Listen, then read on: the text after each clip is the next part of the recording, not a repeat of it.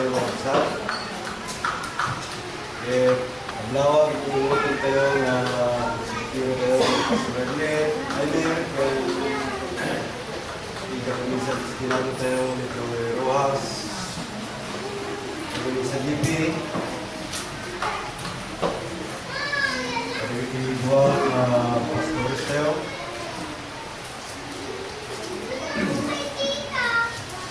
Mati kakamisa ng website na makita tayo na isele mati sa ibang website na tayong kailangan na kakamisa may friends website sa post natin sa blog ang talagang website yan. Kastamat nga Ablawan kayanin nga nakapasok ko ito sa buwang pamati Nagiging ilutoy nga gawin nga nahayat nga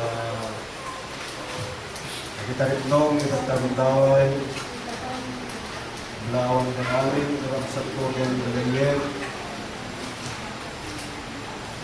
Bing nga nagiging tinatayangan Gati dinayang Hotel Cristo. Yes, dahil ito munang lawas di niraw na rapsat.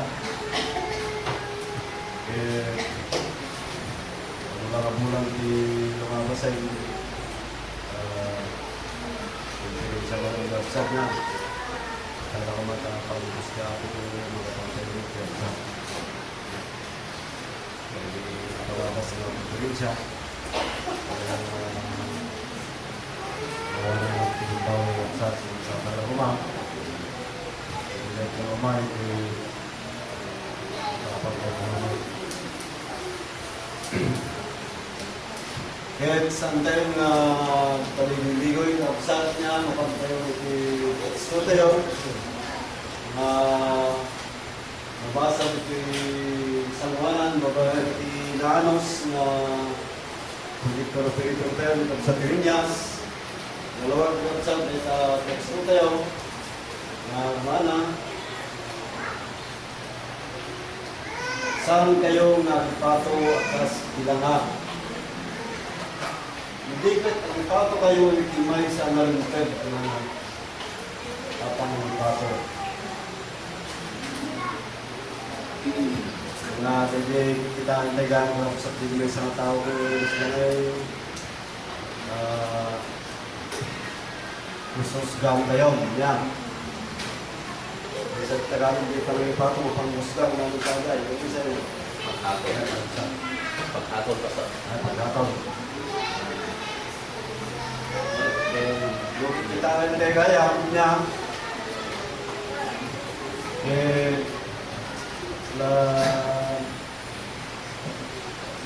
Pulang tayo makapasok tayo kaya sa ya wala ka magdatawanin ni Diyos kaya ti Diyos niya jadi panunod tingkong lang may isang anak na jadi malagatap di kapay na pasimuda ang kapsat Muna ito menghatol di isang tao na si Diyos niya may salay, may sulay, may isang hukom, may sumpah di menghatol di isang tao sa Kemalan ito'y surat ni San Mateo, Kapitulo 7, 1, di kayo ipato tapno, di kayo may pato. Hindi kaya marapsat niya. Tayo iti panangipato yung, garamidin nyo, kastaman, pag nakaipato yung to, tirupot, ipakarukudan nyo, isumag, ipakarukudan yung to. Yan nga, preso mag-absad na na nagigay panalipapo tayo mga kamali tayo ng absad. Yan, kita tayo lang gilangan ang mga kasiyay di daldalab, di may isang tao. Ukuran yung kasi tao, tayo nagpay sa bilang, yung absad niya, hindi panalipapo daw na yung saan tayo panalipapo na namunay ito may sa tayo yung para tayo na tao. Kuray pa yung paper sa WhatsApp niya. May sarang garot di ukong niya. Napunta kayo sa Kristolahay. Saan tayo nga impato tayo, nagpatinggan ni Dayan. Niyang kada hindi magkaya, pagkatek na tayo, ipamarakutan tayo, kung mula ang pangarakutan tayo ng WhatsApp.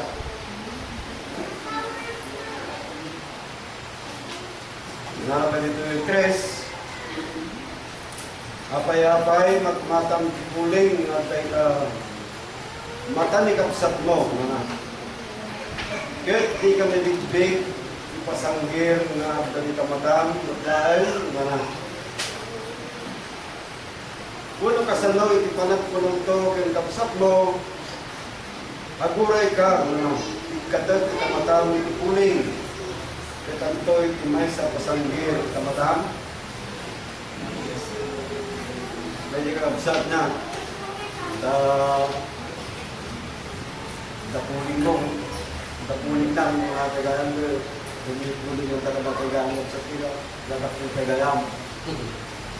So nga, damukan na mga kagayam na. Dapat yung kagayam di mukat tayo mag. So nga rin, palang ipatong kakabsat niya, manda ko kami yung investigator na tanak na laro na pagsambun na talaga ng Diyos na nagsampo kayo na saksampuat kung yung kayo na ako. So nga naman dapat namin dito. Tunggal di mong dahil sa akin na may kapagkat mo kalagit na lintag na sa ano na dapat iti mangbagpagakata tayo kapsat mo sa bahay at iti maglangay magawin tayo panaging naral kapsat ito yun na mamuan tayo kung tayo yung tingnan ng Diyos yan una natin ito surat ni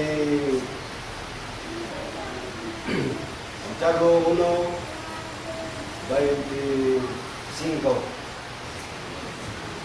ngayon timang sukimat kininte, nanay nga iso kininte, na iwaya-waya, kahit pagtalay ng edan na, kahit saan naman nagsingag, makalipat ko na lang. Dahil tiga-tiga ng mga ganteo, saan tayo gang malagpinag na malipatan tayo malabsad. Jadi kat managaramid, ikaramid, na. Dahil ito yung tao, mga nagasap to, kadagit yung naramid na. Dahil tagaya, magabsad na. Hindi, managpingan na saan na makalipag, ito yung naramid, magabsad na. Tagaya, hindi pakibilangan tayo ito na nag-asap at tinampal tayo ng nga rin na nag-absap. 26 Nuti sino man na tao, panunutan ng iso mo nagdayaw ng Diyos na kahit ginamit nyo lang tinila na nuti kahit ang nilawan natin puso ng matlaan ang balatak kanya tagayap niya may pato at bumigat may pato mga libat na kapsap na mali lang tayo magsahay. Di pa nagdayo-dayaw tayo ito yung tao na isot ibarang-barang. Yung tatay kapsap sa isang kabalay ni Diyos na muna kanya muli tayo naramay. Medyo kaya mga sakripisyo tayo ni itinagbigan tayo. Kamutan kami sa lahat tayo na tawas mo kaya mga kapsat sa mga mama. Yan, kamutan ko nakasigurado tayo. Yung timawas tayo kaya. Magkapungutlaan naman ito nararaming tayo kapsat. Danas ng kalungan nga lalo nakaramit kayo, di ba? So, may isang kapsat. Ang rumit ay kapsat, ang pamati kapsat niya. Yan. Adi, awan medyo parang patanggal iti puso ng kapsat. High pride siya. Ang English kapsat niya. Tano, di tayo nasusuro ito pakumbabag kapsat. Yan. Muti ang baso tayo. Nagpakumbaba ko ng kapsat dan nakikitos ka rin hasta may bilang tayo rin na nakikitos yung nagpakumbaba. Yan, wala natin isurat ni San Mateo 5:22. Wala na kapsat. Ngayon ko na kada kayo nga huray sa sino ang umuray di kapsat na hagdig ganto di pangakuman ulog panangakom ang nakaukom wala na unas kalunan na dyan kakapsat yan kiting nakawan ng kapsat mo damang bilang nagati naarami ng susik niya nung nagati nagpakumbaba tayo nung kasi pinagbasaw niya kahit uray siya sino ang magkunanto di kapsat na umuong na niya maramit yung kuwalang at tigad to na iti pangakuman. Kuray siya sinong magkulang to kinkwana uno siya sinong agkulang to kinkwana awan na kumaw na at tigad to iti bukyan na apoy. Jadi ka kapsat na mga antay ka mga nasindi pangpawag dito. So tayo kapsat kami pato tayo na balatak tayo. Ngarog yung na no agi na tagka idaton mo idalantar kahit ijay managip mo ani kapsat mo agda yan nyaman kintuan ang may busog kinta mitaran din mo kapsat niya jadi lukaran parayam yan may kapsat mo lang kagati durang-durang pinagbayatan nyo pinag surat 24 Manawag sadya gidaton mo isang wanang tiyantar kahit ikaw matikapya nga muna kahit kapsat mo kahit kalpasan na umay ka kahit igayat mo gidaton mo nikis lang ang dumanong dahil kararag kapsat kung nararaw tingin na po Diyos nung dagayan agura iti puso tayo kapsat ito adal kapsat kung may sarapatayan niya ka nagusang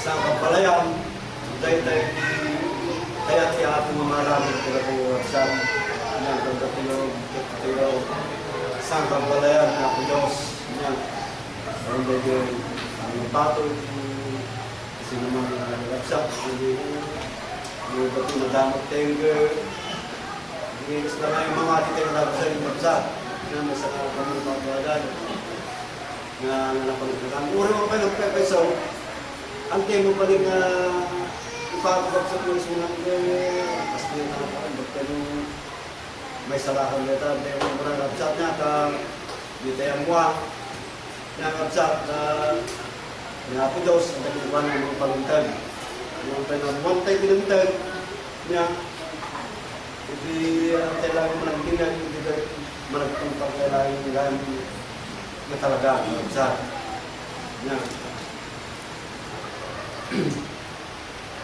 dahil mga pwede isurat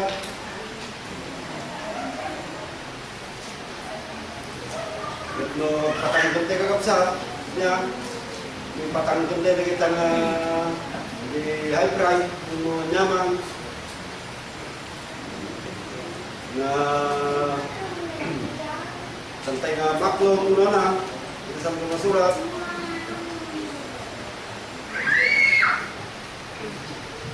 Dito yung Apocalipsis 22:11. Ikarapsat na. Tinakinlaw ko na nagaramit ng tinakinlaw.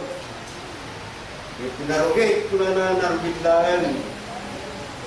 Tinarunitag ko na narunitag. Pa'y kumang tinasantong samsantong tayo kumang kaibigan. Sabi na, magdakanda tayo nga magbagbagay ito magpagbitan ng absat niya. Basta kaya mo kahit Diyos. Kung naipakabumot ka tinagay sa kanang absat na mabalitin tayo talagang gimaw. Dito kaya ti Diyos na naipakabumot ka tayo, umak na tayo ti Diyos. Iklas ko na raw na italag tayo. Dito na magbigan tayo nga Diyos ng absat. Bukay yung kamanag ng kapsat niya at dagay, fix na tayo, mas lang ngayon, bumatok-tukoy ng kapsat niya, kaya dagay panangipato, kaya sabi dagay Diyos na kikitaan tayo niya, baka nagpapato tayo mga isunod may sa kataulaan niya. Dagay ti Hudyo, lalo ba dito-tukoy ng kapsat niya. Anong lang muna ito, dagay ti Hudyo niya, panang bigdig lang, gundo may di, kapsat, ng muno may di, na taong-tao, kapsat. Ito yung Matthew, 10, kapsat. Yung po tayo sa Kristo, kapsat niya, patadamot hindi. Itarap sa santay ng mga patulang, itintay pa ng kita, itintay pa ng bigdigan tayo rapsat. Yung Gis 33. 1 daw isa. 1 Gis 33.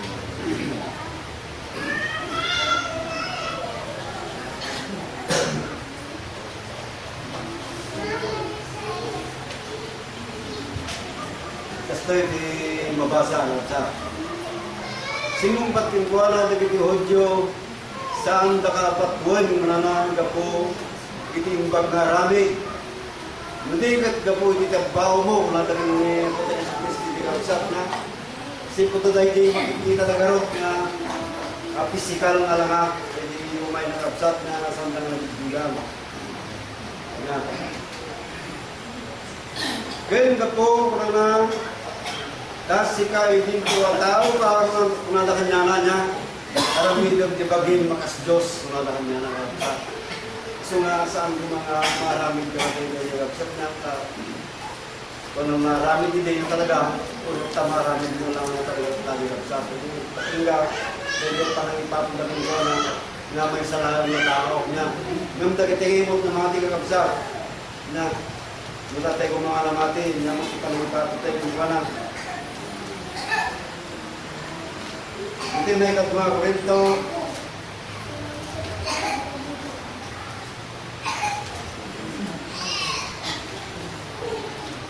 5 16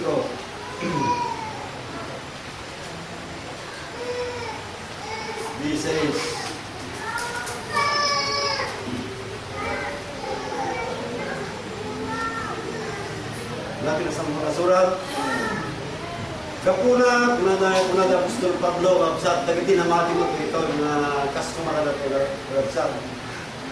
Kapuna na kami manipod ita kanito masangwanan, awan tikita ni kas tilasag, kuna na puno ko natin mo. Petore kay kinita mi dinit Kristo kas tilasag, ngayon kita digam digdigin na nakastan. Kahit nang saway Diyos kapsat, so ko dyan, may nakas di yaw kaya sa niyang akong minita. Alam mo, pwede naglapas na leader of the Kamis Ramsat niya, kapag mamati ulit ang ako. Ang kumari na hindi, niya, hindi mo nanak na kumari hindi. kung hindi pumari na niya, pumari ko na tayo ng kanya ng ramsak, ako ko na kada na mga gida. Kasi sila tayo may mga persona niya. Ato, dahil kipamalak na kakapsak niya, saan ko na makado sa awal kayo ng tawin ng so, kaya ako iti mga nanay, itong galmay, sana na tayo, pinipita ko ng nanay. Katagyan ng Pastor, gusto mo nga nilalawa teksto. Una po sa lahat, mga gili kong mga kapatid, ay binabati ko muli kayo ng isang magandang liwanag mula sa ating Panginoon. Hindi ko na po isa-isahin, no? At magbibigay lang ako ng konting karagdagan na pinaliwanag sa ating ni Pastor Josue patungkol sa ating pagsang-aralin. No? Na ito ay tumutukoy sa bersyon na sa ating pagkatao. Aralin patungkol sa matwid na pag-aatol, no? At ito yung bersyon sa pag-aayos ng anumang hindi pagkakaunawaan. No? Alam na natin, no? Sa tuwi-tuwi na, alam na natin yung Panginoon na dapat nating sambahin. Ngayon, ang pagsumikapan din nating pag-aralan yung mga araling patungkol sa disiplina ng bawat isa sa atin. No? Nagaya po na nakasaad sa sulat ni Juan, chapter 7, verse 24, kaya nakalagay dyan, huwag kayong magsihatol ayon sa anyo, kundi magsihatol kayo ng matwid na paghatol. Hindi naman kami abogado, Panginoon. Marami po yan ang hatol. Di ba, ang naghahatol lang yung mga judge. Pero hindi na iwasan, no, sa ating pagkatao. Kuminsan nangahatol po tayo. No? Ang tila, meron tayong research work dito na ginawa natin. Bigyan natin ng katanungan ang ating pagsang-aralin. Panginoon, paano po ba ang matwid na paghatol o pag-aayos sa hindi pagkakaunawaan? Kasagutan dito po sa Deuteronomio chapter 1 verse 17. Hindi na natin dyan. Kung ano ang kasagutan ng ating Panginoon. Gaya na nakasaad dyan, huwag kayong magtatangi ng tao. Diluwanan natin ano mga midumduma. Sa ano po yun? Ano? Sa ano po? Sa kahatulan. Ano po ang dapat gawin? Inyong, ano po? Inyong didinggin. Yun, iyong didinggin. Ang ano po? Ang maliliit. Talinaga po yung maliliit. Siguro, maliliit ang katwiran. Parang ano po. No? Nagaya ng malaki. At ano pa po? Huwag kayong matatakot. Kanino po? Sa mukha ng tao. At bakit po naman? Sapagkat ang kahatulan ay kanino po? Ay sa Diyos. At ang usap na napakahirap sa inyo, ano po? Ang aming gagawin, Panginoon, ay iyong dadalhin sa akin at aking didinggin. Yan ang kasagutan ng ating Panginoon. So, akma ito sa mga hindi pagkakaunawaan ng bawat isa sa atin. Ano po? Lalo-lalo na, yung halimbawa, yung sumbong. Halimbawa, may sumbong. Alam niyo naman, may mga sumbong na kumisan, pumupunta sila sa kapitan. Diba? Pero sa atin, sana, dito sa loob na sana ng iglesia natin, ay maayos na po ito. No? So, gaya na napakinggan natin, huwag daw tayong magtatangi. Kung ating isa-isip mabili ko mga kapatid, parang kampuyan. Parang nasa gitna lang tayo diyan. No? Na ang pa natin ay maayos. baka yung paghahatol natin, mayroon yung hindi niya matanggap, ay lalong manghihina ang kanyang pananampalataya. Ganon ang naibasa nating patunay o kasagutan sa tanong natin kanina. Kasi yung huwag tayong magtatami, hanggat maaari, yung dalawang hindi pagkakaunawaan ay talagang babalansin natin. No? Ganun po. Lalo-lalo na kaming mga pastor, mga diakonisa na linalapitan ninyo. Di ba? May mga sumbong talaga hindi maiwasan na mayroong hindi pagkakaunawaan talaga na yan ay realidad na nangyayari. No? Kasi sabi naman kasi sa Biblia, no? Ilocano kalaban ti tao, wala na, kabalay na maglaan, wala na kami. Wala, siguro sa pampuya, sa mga prinsipyo nagkakatalo, no? Okay, meron na naman talong. Dapat natin talagang gagawin ito. No? Kasi ito po ang turo ng ating Panginoon na dapat natin talagang diringgin, no? Kasi may tanong na naman, ano po ang gagawin natin? Yan, ano po ang gagawin natin kung nagkasala ang ating kapatid? Nagkasala, mayroong nagawang kasalanan sa atin, no? Higit sa ating kaalaman ay nakagawa siya ng hindi mabuti. Ito yung banal na turo ng ating Panginoon na isang banal na proseso na dapat nating kami masundan, mga hilig ko mga kapatid. Nabalitaan mo, may nagawa yung kapatid mo. No? Na hindi mo alam. So, anong dapat natin gawin? Dito po sa Matthew po yun ate yun. Matthew chapter 18, no? Verse 16 up to 18. Yan na lang natin dyan. Kasi po ito, parang hindi po nasusunod, no? Bilang mga anak ng Diyos, mga kilig ko mga kapatid, ano, ito po yung mga pamaraan na dapat natin gawin. Isang proseso na dapat natin sundin. Itong nababasa.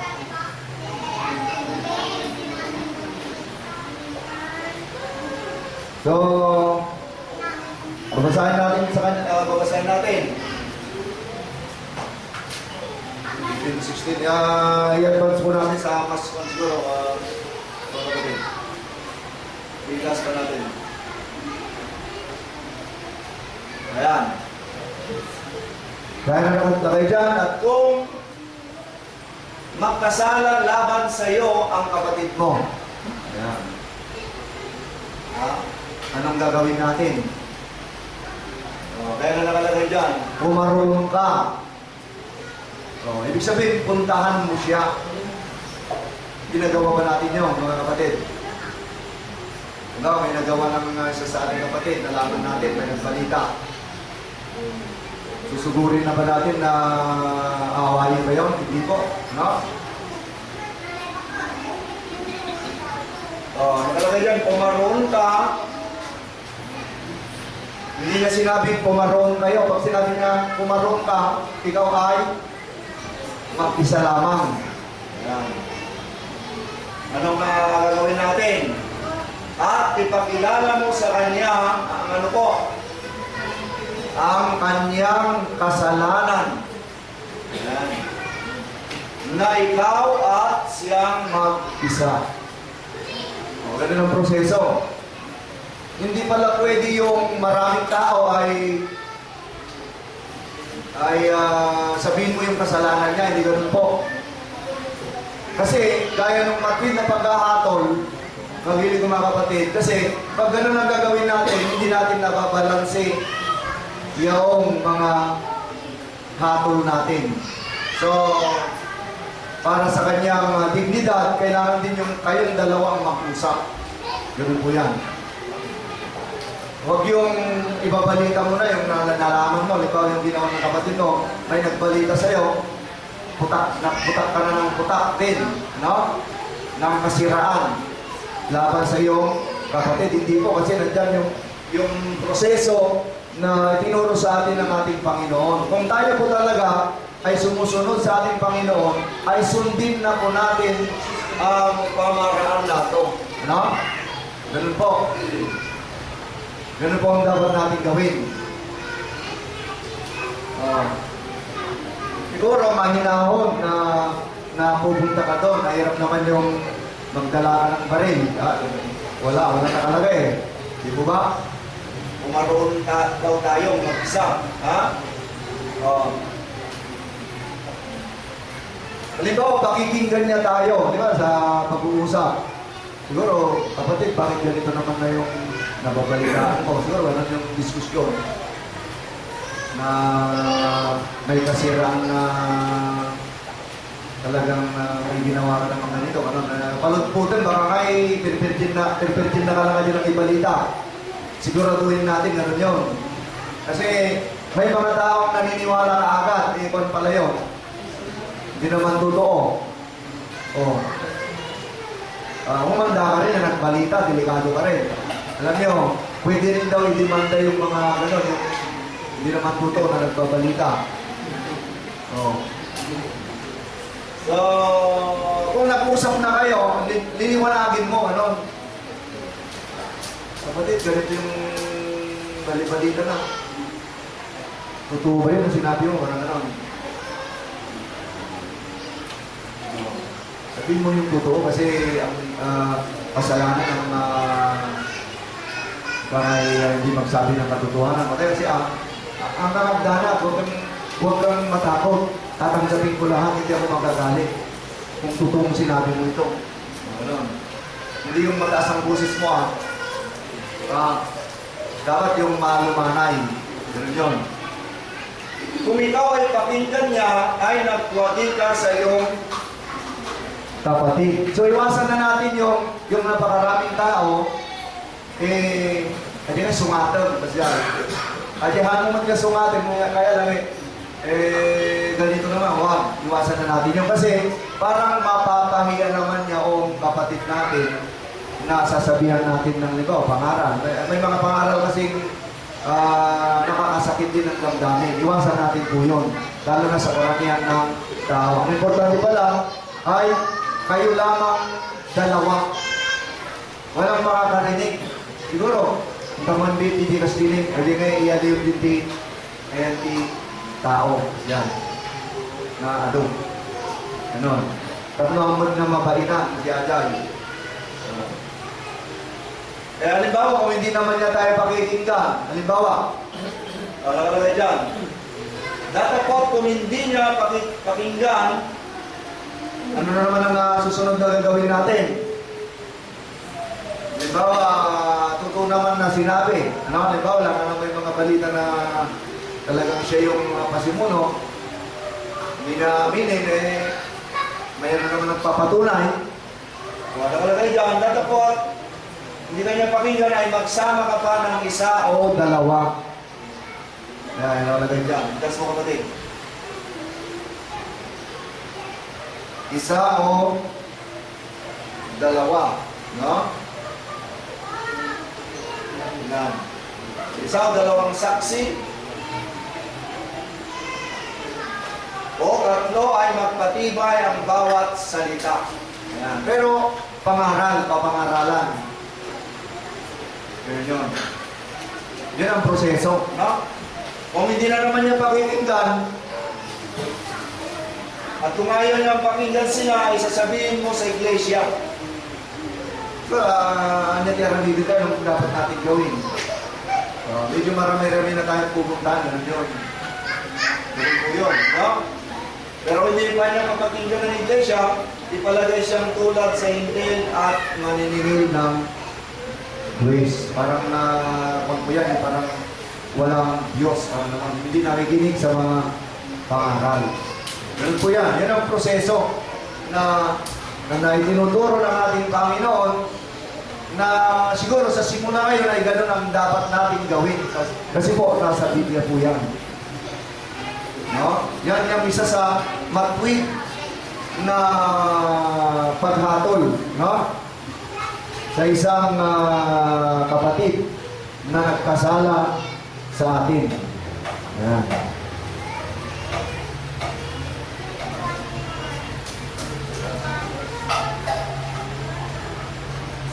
Kasi po, tayo po ang nasa Panginoon ay talagang malingat po tayo, no? Sa mga ganitong sitwasyon. Sapagkat mahirap po yung may mga magtatakbo rin sa atin, no? Maingat. Para wala tayong ikakay magtatakbo sa atin, mga giliwang mga kapatid. Kumbaga tayo, no, na ito, pastor, diakonisa, no, tayo talaga yung mga taga-ayos, no? Iwasan na natin mga gilig ng mga kapatid, halimbawa may sumpong tayo, huwag na tayong dumaan pa sa kapitan hanggat maaari. Kasi po, ang maapektuhan ng ating iglesia. Halimbawa, pumunta tayo kay kapitan, yung kapatid natin yung dinimanda natin sa barangay. So, anong religion kayo? Gagawin natin yung kakapsat. Nasa Diyos pala kayo eh. Bakit hindi nyo maayos? Ganun. So, the best, kung ano man po ang mga reklamo natin sa isa sa ating mga kapatid, pwede nyo inyong idulog sa amin. Ano? Ano man po ang mga problemang dumarating. At tayo naman mga pastor at diakonisa, hindi tayo maging one-sided. Dapat alamin din natin yung panig ng isa. Pakinggan din natin kasi nakalagay doon. Pakinggan natin yung panig ng maliliit at hindi lang yung malaki. Ganoon. So, ito ay isang pangaral mula sa Panginoon na tayo makapag-ingat din. Baka sa gagawin natin maging wala namang one-sided. Kaya lang ito parang pinangungunahan ko lang yung magiging sitwasyon na may mangyayari gano'n. No? Dapat pakinggan natin. Diba, may nagsumpong. Pupuntaan mo rin yung isa. Alamin din natin ang kanyang kalooban. Parang gano'n. Hindi lang yung pakikinggan mo lang yung isa. Hindi po. Kailangan pakinggan mo yung panig din ng isa. Ano? At ibabalansin po natin ang mga bagay-bagay, ating mga pananalita, pangilig mga kapatid. Ganun po. Isa sa mga pangaral ng ating Panginoon. Ano? May tanong, bilang taga-ayos ng anumang gusot o problema, paano po tayo hahatol kung may nagkasala sa atin? Maliban lang yung isa kanina. Dito po sa Deuteronomy chapter 1 verse 16. Yan. Ano pong kasagutan ng ating Panginoon? At aking pinagbilinan ang sino-sino po? Ang inyong mga humong. Ang mga humong kasi mga diakonisa yan. Mga kapastor. No? Na ano po? Ng panahong yaon na sinasabi, iyong dinggin. Yan. Iyong dinggin ang mga usap ng inyong mga kapatid. Ang mga usap, yung away. Yun. Timba-timbangin natin. Parang gano'n. At ano pong gagawin? At inyong matulan ang matwid ang tao. Yan. Sino pa po ang kanyang kapatid? At sino pa? At ang mga ibang lupa na kasama niya. Ano? Ganun po ang pahayag ng ating Panginoon. Pakinggan natin sila. Ayan. So, meron naman susunod na tanong. Dapat po ba tayo magliligo ng paghatol? Tatangin ang pagkatao, kaya kukuha ng suol ng isa sa dalawang inaayos. Hindi maiwasan po yan. Na kumisan, mayroon yung yaong mga paborito, parang ano, na parang kinikilingan natin siya, parang ano, hindi po. Kasi dito po sa Deuteronomy chapter 16, verse 19, ano po ang kasagutan ng ating Panginoon? Ayan. Deuteronomy chapter 16, verse 19. Gaya na nakasaad po dyan, huwag kang maglilito ng paghatol. Huwag kang tatangi. Sabi niya, naulit na naman, huwag kang tatangi, huwag tayo magtatangi ng tao. Huwag kang tatangi ng mga pagkatao. At ano pa po? Ni kukuha ng suhol. Ganon, parang huwag po ito, parang binigyan ka ng pabor, halimbawa. Parang mas malakas yung isa, parang ganon. Wag daw, ano? Sapagkat ang suhol ay bumubulat ng mga ano po, ng mga mata ng marunong. At ano pa po? At pagliligo ng mga salita ng apit. Talagang ibalansin. Parang ganyan. Parang, kumbaga, nung taga-ayos po tayo, nasa gitna lang tayo. Ganun po. At syempre, iwasan din natin yung makapagsalita ng parang magbibigay kainahan, ano, ng ating pinapangaralan. Parang po yan. Na kung maaari ay yung masasaktan. Kundi ang gagawin po natin ay pipiliin din natin yung mga salitang dapat natin sabihin. Parang po yan. So, mayroon na naman tanong, ano po ang kasagutan ng Biblia kung tayo po ay nagtatangi ng mga tao? Ayan. Patungkol sa anumang gusot o problema ng dalawang tao, kaya nakalagay dito sa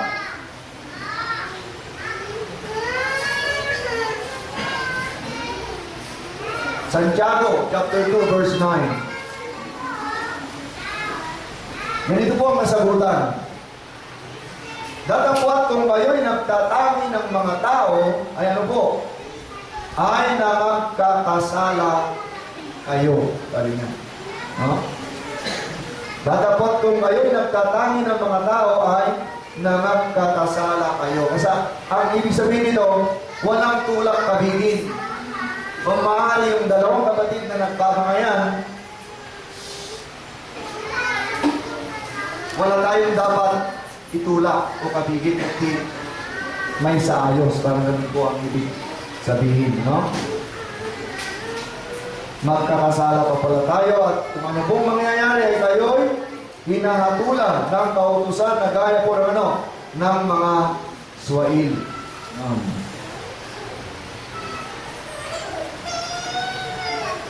Okay.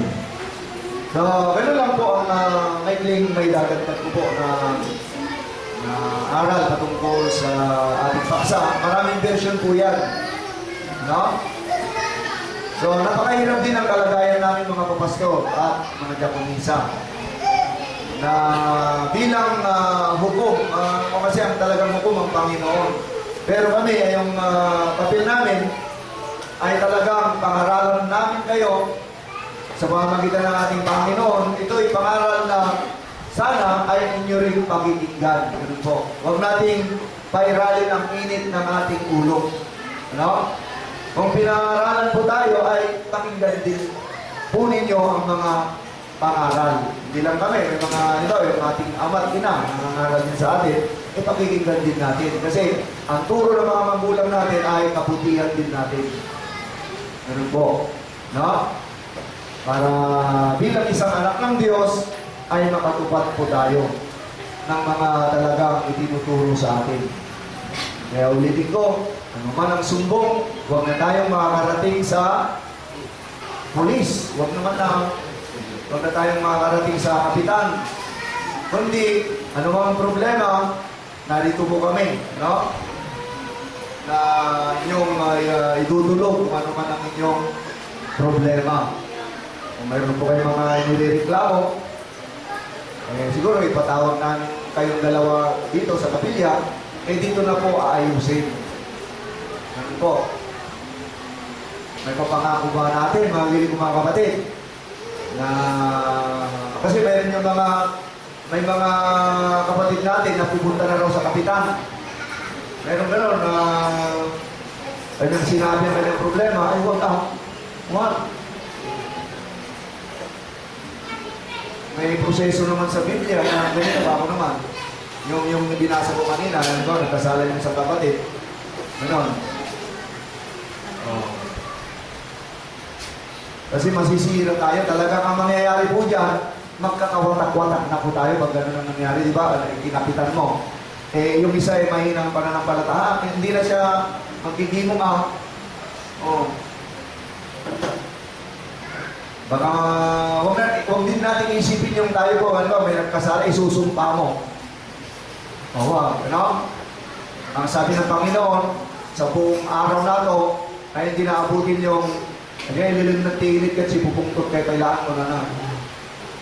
Oo, gano'n. Kaya binahagi ni Pastor kanina, meron kang nakaaway na kapatid, pupunta ka dito sa kapilya. Ang importante pala, sabi ng Panginoon, makipag-ayos ka muna daw sa nakaaway mo bago ka haharap sa Kanya sa paglilingkod. Ganun po. Alam niyo, ang Panginoon, kaya na sinabi ni Diakonisa, kaya nung nagpunta ako noong 27, no? Nagpunta naman sila noong 31, no? Ang attention ng ating Panginoon talaga ay patungkol sa ating mga pag-uugali. No? Yun ang kanyang sentro ng attention ngayon. Yung gusto niya talaga ay ganap po tayong maging banal. Kaya napakarami yung mga tinuturo ng ating Panginoon. Kung mayroong mga kaaway, ano sinasabi sa Biblia, mahalin mo ang iyong kaaway. Ano naman?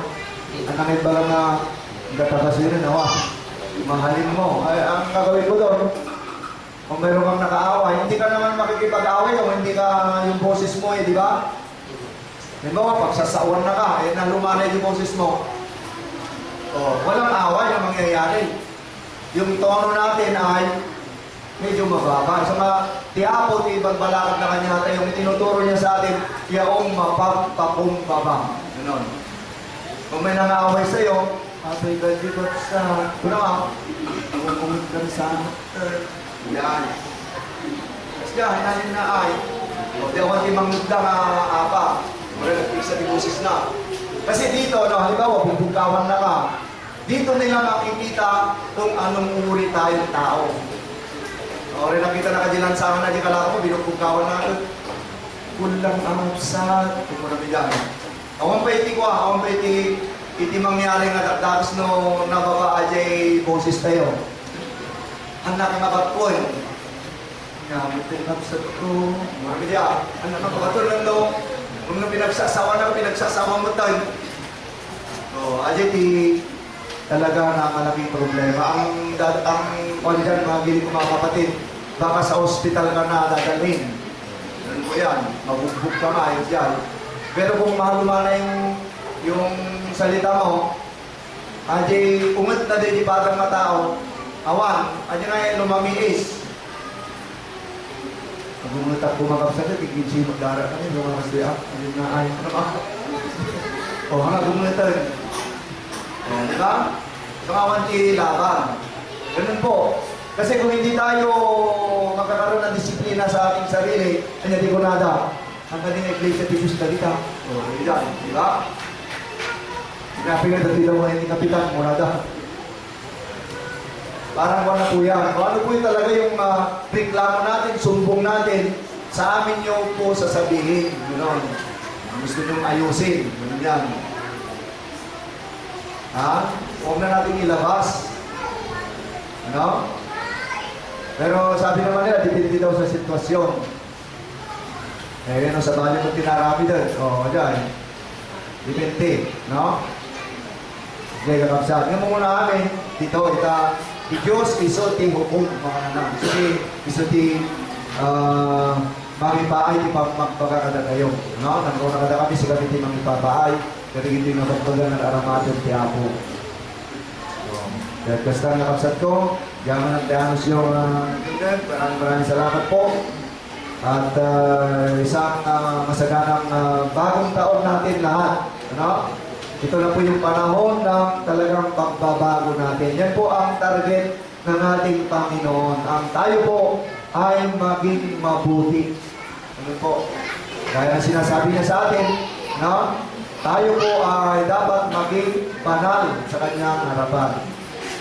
Kaya po di ka na yun na nakatatayo, maniputi ka rin na yun ng ating garang angel.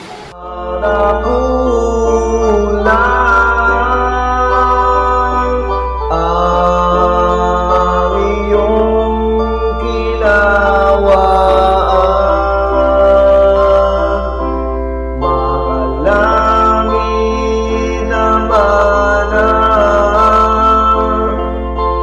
aking ingatan, kaligayahan ko'y walang katapusan.